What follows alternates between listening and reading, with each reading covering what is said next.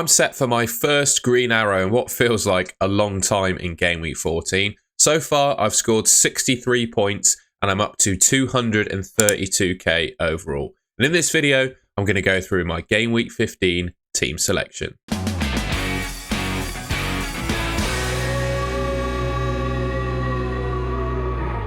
I'm going to start off with how my team got on in Game Week 14.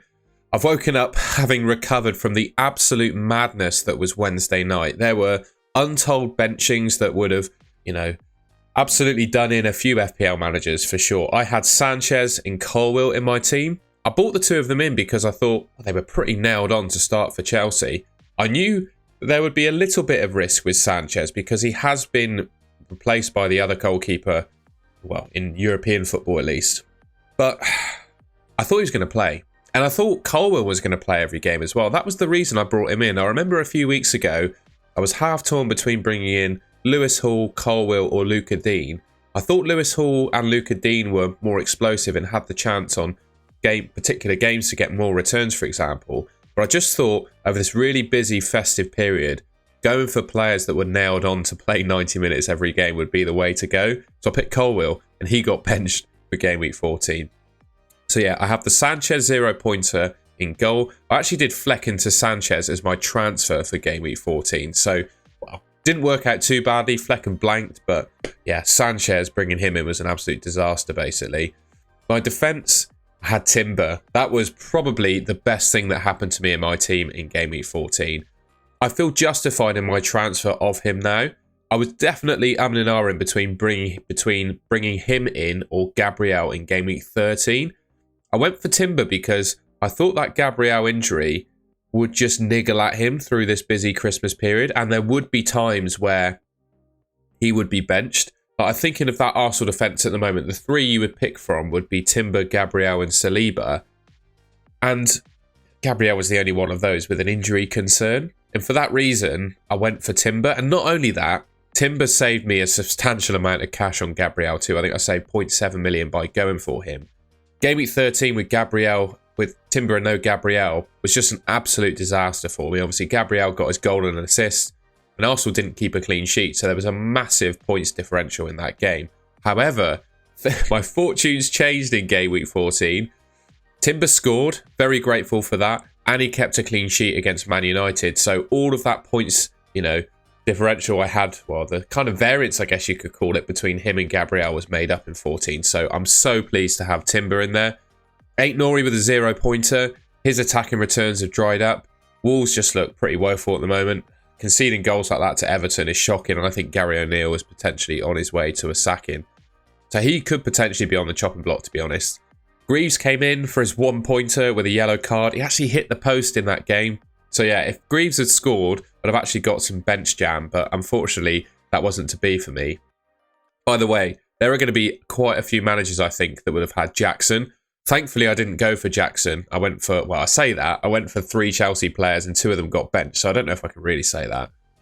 But there'd be quite a few managers with some bench jam this week, I'm sure. The likes of Jackson not starting would have meant a few got that Rodgers goal off their bench. Speaking of Rodgers, I was actually considering selling him ahead of Game Week 14. If you go back to my team selection video, it's probably me talking about potentially selling Rodgers because I didn't like how Aston Villa were looking. I thought they looked really poor, both from a defensive and attacking perspective in the game in Game Week 13. But yeah, fortunes changed with him again. He got a goal and it was an absolute stunning goal as well. And he also, well, picked up an assist that stood for about 5 minutes and then it was taken away. So could have been a double-digit haul for Rodgers. So I'm really happy with that, and I just don't see a way that he leaves my team. After that goal, I think his place in that Villa 11 is just even more solidified. I had Palmer as my captain. Again, going back, I'd probably make the same decision again, to be honest. I know Salah has massively outscored his total, but I just felt that Southampton team, with players missing, they were just there for the taking, basically. And we saw that in the game, right? Chelsea completely destroyed them. And I think I was unlucky. Not in the way that the game played out, because Palmer really only had that kind of one chance from what I saw, maybe a couple other ones. But I just feel on a different game he could have gotten more returns. So yeah, I mean, it is what it is with that captaincy. If I go back, I'd make the same call, I think. Another blank for Mbeumo, and whilst I think my patience with Rodgers has been rewarded, I think it might well be time to get rid of Mbeumo now. He's had one shot in his last 5 games. And, yeah, didn't really look all that attacking in Game Week 14 either. He's basically playing as a right wing back at the moment. And with that in mind, I think I could potentially sell him. Salah, 2 goals and an assist. The guy is just absolutely insane. He's averaging over 10 points per game at the moment in FPL. So he is averaging a double-digit haul per game. And so much so, I think he's gotten 10 double-digit hauls now in 14 games. Yeah, absolutely crazy. And he certainly looks like a good option again. Well, of course he's a good option. There's no way I'm going to sell him. And I think the question is he just a perma captain at this point? Do you just put the captaincy on him and just leave it for the rest of the season? Haaland, I can't really say my patience has been rewarded with just an assist, but I'll take the return there. Chris Wood definitely looks to have gone off the ball a little bit. He did have a good chance against Man City, but Kevin De Bruyne created that chance for him with a poor back pass rather than, the Forest players creating the chances for him. The chances are drying up, and Man United up next. I think he could potentially be a sell as well. Hopefully, I'm not left making this video with egg on my face with the João Pedro injury. He's still yet to play in this team. I'm going to release this video around 4 p.m. just before, the kickoff in that fixture. 4 p.m. is my usual upload time, so this will go out at 4 p.m. So yeah, we'll wait and see what happens with João Pedro. I'm hoping he gets through the game unscathed and uninjured. I'll probably take that, to be honest, even if he does blank, because it will kind of render this video a bit useless. But I'm going to take the risk and go with it. Okay, so rather than go position by position as I usually do with these videos, I've actually got a couple of scenarios in terms of transfers I could make with this team. And I'm going to talk through the first one now. So I spoke about players that I'd be looking to get rid of. And Mbeumo and Wood would probably be top of that list. I could probably stick with Aït-Nouri for another, few weeks. He's got really good fixtures, right? West Ham, Ipswich, Leicester. Those are good fixtures. It's the clash as the manager's about to be sacked in the West Ham game, right? By the time this video goes out, Lopetegui, if that's how you pronounce it, or Gary O'Neill could have already been sacked. So I think I'm going to stick with Aït-Nouri for another week. So I'm not going to get rid of him. The 2 players I'm looking to get rid of, like I said, is Mbeumo and Wood. And I think the most logical players to bring in their place is Semenyo and Isak. Now, looking at this team, I really like it. The one kind of downside I think it does have, and I don't know if this is actually a downside in me just being confused. Well, not confused, but my decision-making being affected by player prices, is just having 2, bargain budget basement midfielders, if that makes sense. It doesn't fill me with confidence having 2 midfielders below 6 million. Because if one of them gets injured, I'm in a little bit of trouble trying to replace them because this leaves me with very little in the bank if I make these moves. But it does mean that I can keep Erling Haaland. And the reason I want to keep Haaland is because, I think he's a differential at this point. And, as bad as the narrative is around Man City at the moment, and as bad as they are playing, I still would back Haaland to score in any game. And the natural replacement for Haaland in terms of getting another premium in would be Saka. And that's who I'm going to bring in the next scenario. And I just weigh the 2 players up, and I think Haaland's way better than Saka. And just in general, I do. And I really like the idea of later on when he gets a better fixture run, which I'll show you later on, of captaining him. I think Man City can turn the form that they're in around. They've showed in previous seasons, they've not started off, by the way, they've not been as bad as they have been in recent games, I don't think ever under Pep. But we have seen them in previous seasons have, a relatively slow start and then improve as the Christmas period gets through and we get into the new year. And that could happen with Man City again, right? And if they do, Haaland is definitely going to be amongst the goals. We saw De Bruyne start in Game Week 14 looking really bright. I don't necessarily think De Bruyne is essential in that Man City team for Haaland's returns, but I certainly don't think it harms them. And yeah, going forward, I just really like the idea of sticking by Erling Haaland as a differential and potentially having him there as a captaincy option. I know I said that Salah, you could genuinely just perma-captain him and do okay with the form that he's in. But, if you're looking to have a good rank at the end of the season, at times you need to go a bit differential and diverge from the average. And I think captaining Haaland over Salah in particular weeks coming up could be a way to go, and this team setup allows for that.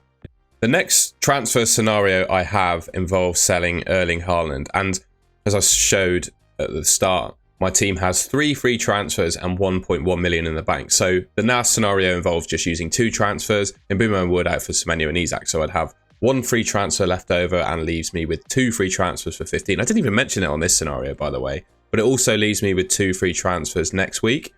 And that could also mean I could sell Haaland next week if I wanted to. This one, I use all of my free transfers. I sell Haaland and Mbumo and 8 Nori, 3 players who I said, well, particularly Mbumo and 8 Nori, who I said are really on the chopping block, for Isak, Saka and Trent. Now, this team looks really good on paper, doesn't it? I mean, I've got pretty much all of the best players in each position in my team at this point.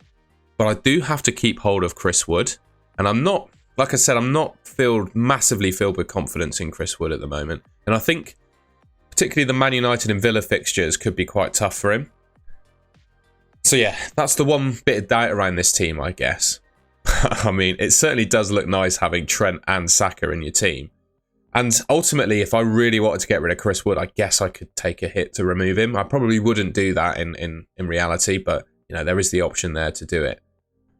I don't really think I need to say a whole lot more about this team, to be honest. The main thing that I need to talk about is upcoming captaincies and who I think the best captains are for upcoming game weeks, because I think that really helps shape what the best transfer scenario is. And what I've got here is it's a fixture ticker basically from planfpl.com. It's a great website to use in terms of FPL fixture planning. And what you can also do, I've just showed the Premier League in isolation here, but there's a feature where you can look at all competitions fixtures for each team. So obviously, you know, there's Champions League Cup games going on as well. Not necessarily that big a factor during the Christmas period, but there are those fixtures coming up. And being able to see that on a graphic like this is really helpful. So I'll leave a link to Plan FPL in the description if you're interested. In terms of the decision I make around my team then, I think it stems around captaincy. And it's really hard to say this, but I do think there are weeks coming up where Haaland is the best captain. And I want to take my chances, I think, that Man City turn their form around because I believe that they can.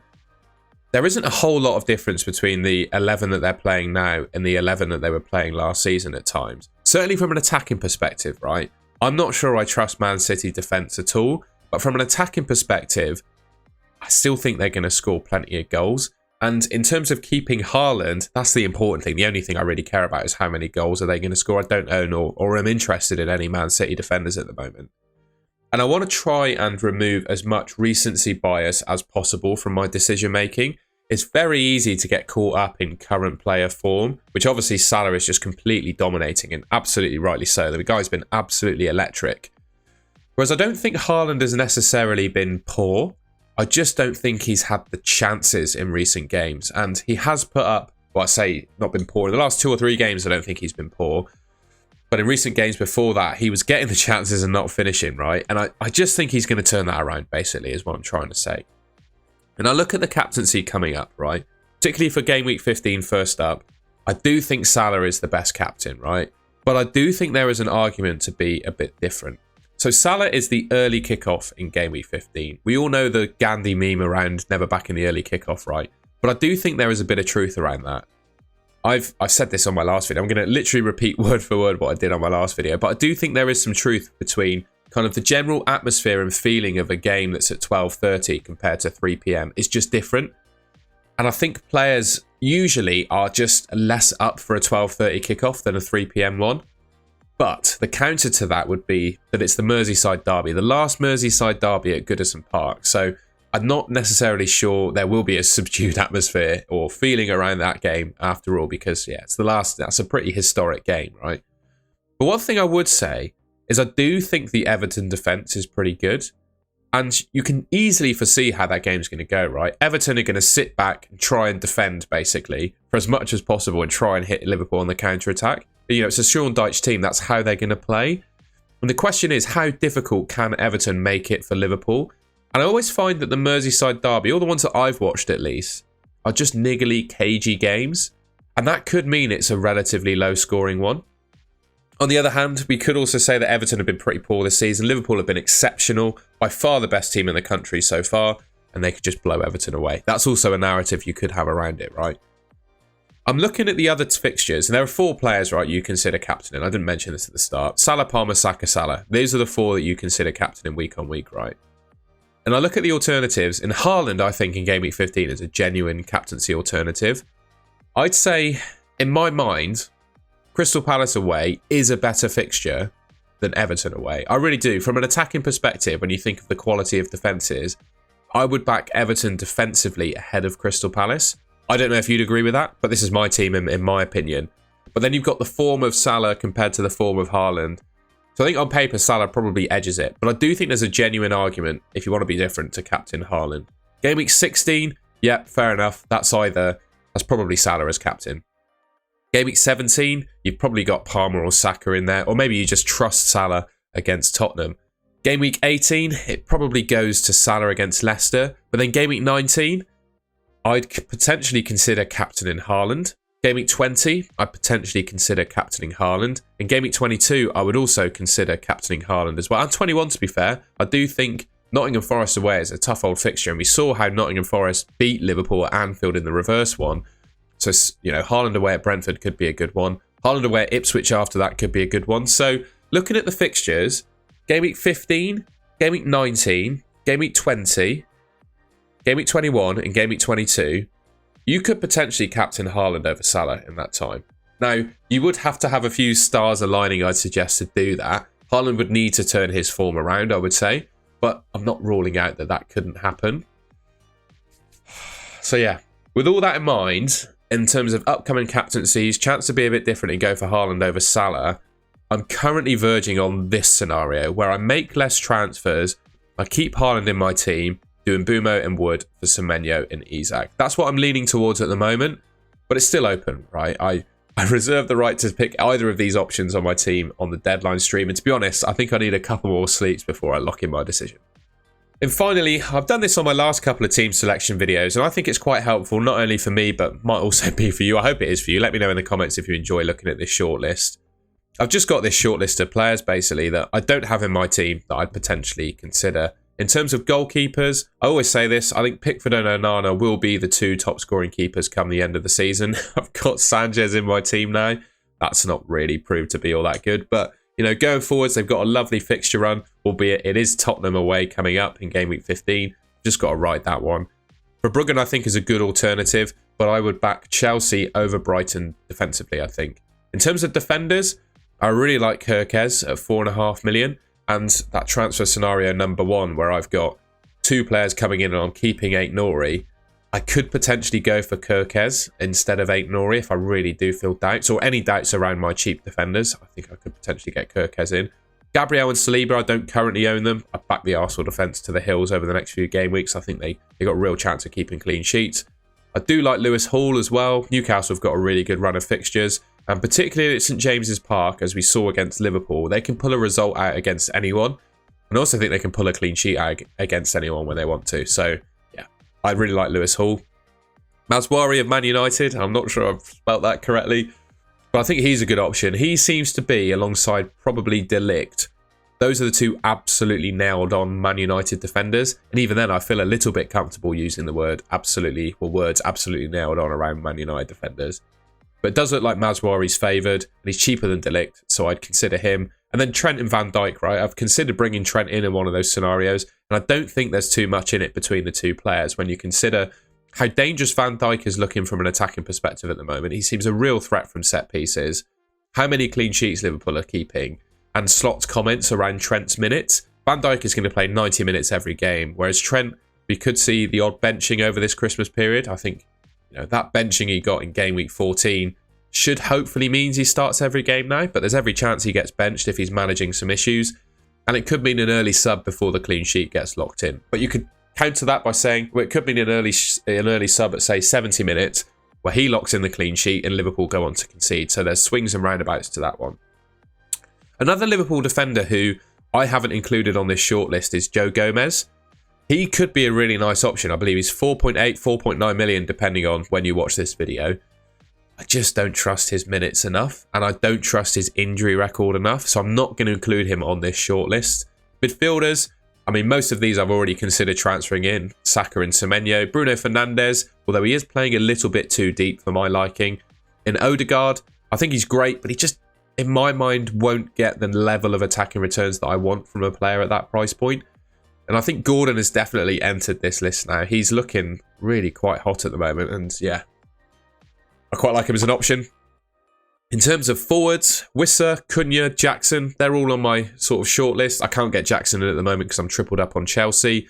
Cunha, he has dropped off the ball a little bit. And I'm quite glad what I said about my comments in game weeks gone by, that yes, he was absolutely lighting it up in recent game weeks, but a lot of his goals were really low XG chances from outside the box. And I did think his returns would dry up somewhat. You know, that's 2 game weeks in a row now he's blanked. So I feel sort of justified in my decision not to go for him. And I think Wissa looks really good. He didn't necessarily perform too well in game week 14, but I think every time I see him play, he looks absolutely electric and has a chance of scoring. And I think Isak definitely enters the fray because I'm considering bringing him in, right? He definitely enters the fray as a potential option. He was absolutely amazing against Liverpool. And he seems to have, well, wasn't injured, right? There was definitely doubt around him starting because of the injury. He was fully fit, played the game, looked really good. Didn't even look like he was struggling with an injury, to be honest. So I think fully back him to start in game week 15. And yeah, he's on penalties as well, of course. He looked so good in that Liverpool game. That first goal he scored was absolutely incredible. And if you haven't seen the highlights from that game, definitely watch it. Because yeah, Isak was on fire in that one. And it's really hard not to go for him. So yeah, little update there on my shortlist. Alright, and that's the end of the video. I hope you enjoyed that and found it useful. Sorry that I haven't come to a complete conclusion on my team yet. I mean, we've still got João Pedro to play. That could ruin everything if he gets injured or something bad happens there. So I'm fully prepared for that scenario. And I just think I need more time to decide on exactly the transfer plan that I make. You know, we've got until Saturday, couple nights sleep to think about my decision, and a deadline stream on Saturday morning. And yeah, I just need more time to think about my team. But those are definitely the 2 options that I'm considering. I could also just roll, although it feels like this is probably a week where I could get away with making some transfers. So if you enjoyed the video, please leave me a like rating. Let me know in the comments if there's any ideas you have to change my team from those sort of 2 scenarios. Or if you have a favourite of the 2. I imagine the consensus will be telling me to sell Haaland. But I think I've made my bed at this point and I've just got to lie in it. So I think I'm probably going to go for scenario 1, the first one I showed. Like I said, I'm open to both still. And yeah, if you haven't already, you enjoy my content, please subscribe to the Goal to Goal channel. It should be just there on your screen. Thank you very much for watching, and I will catch you in my next video.